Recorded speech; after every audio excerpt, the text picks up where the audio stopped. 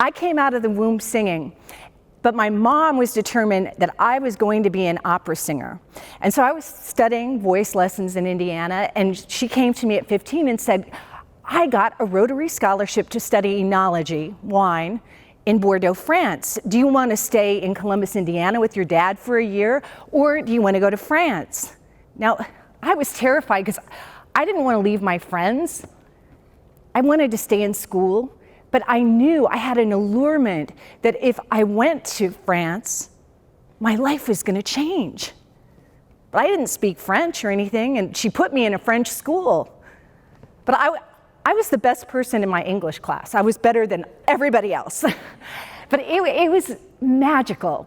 It was uncomfortable. But every day it was like a wall was coming down and I was able to communicate better and better.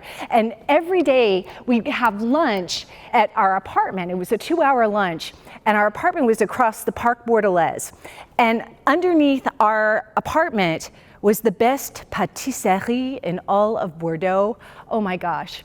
The smells of pain au chocolat, chocolate eclairs, tarte tatin came wafting up into our apartment. I was in heaven.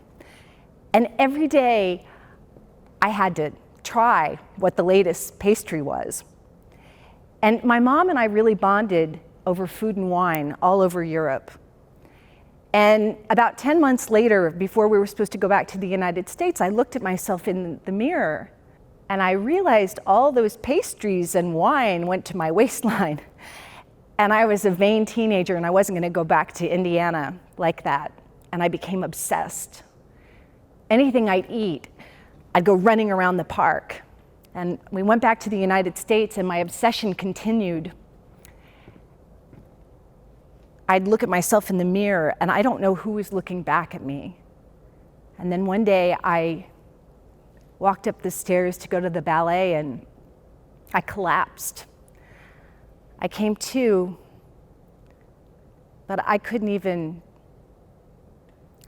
lift myself up.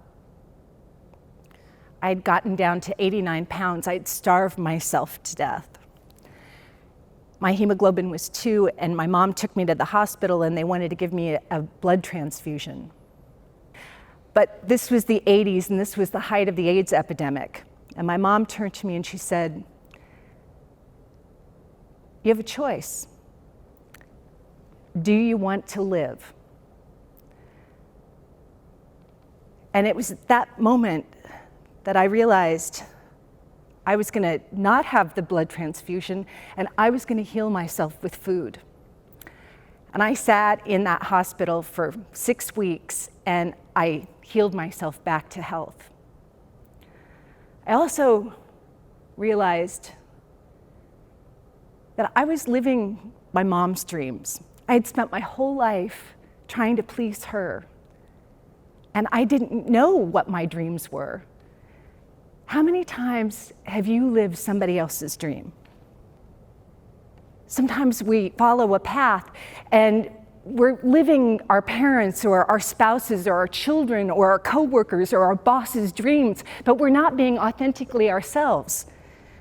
And when we make the decisions who we really are, whether it's a brand or whether it's as a person or a community, only then can we be authentic. And it was also at that moment that I realized I love Broadway and pop and jazz, and I was not going to go back to France and be an opera singer. I was going to come to New York City and study musical theater, and I was going to change my life forever following my dreams. And it has given me opportunities to perform on wonderful stages all over the world. Disruption means change, and we have to take change. It's scary, and we have to risk for change. But when your body tells you that you want something, you have to take steps to get it.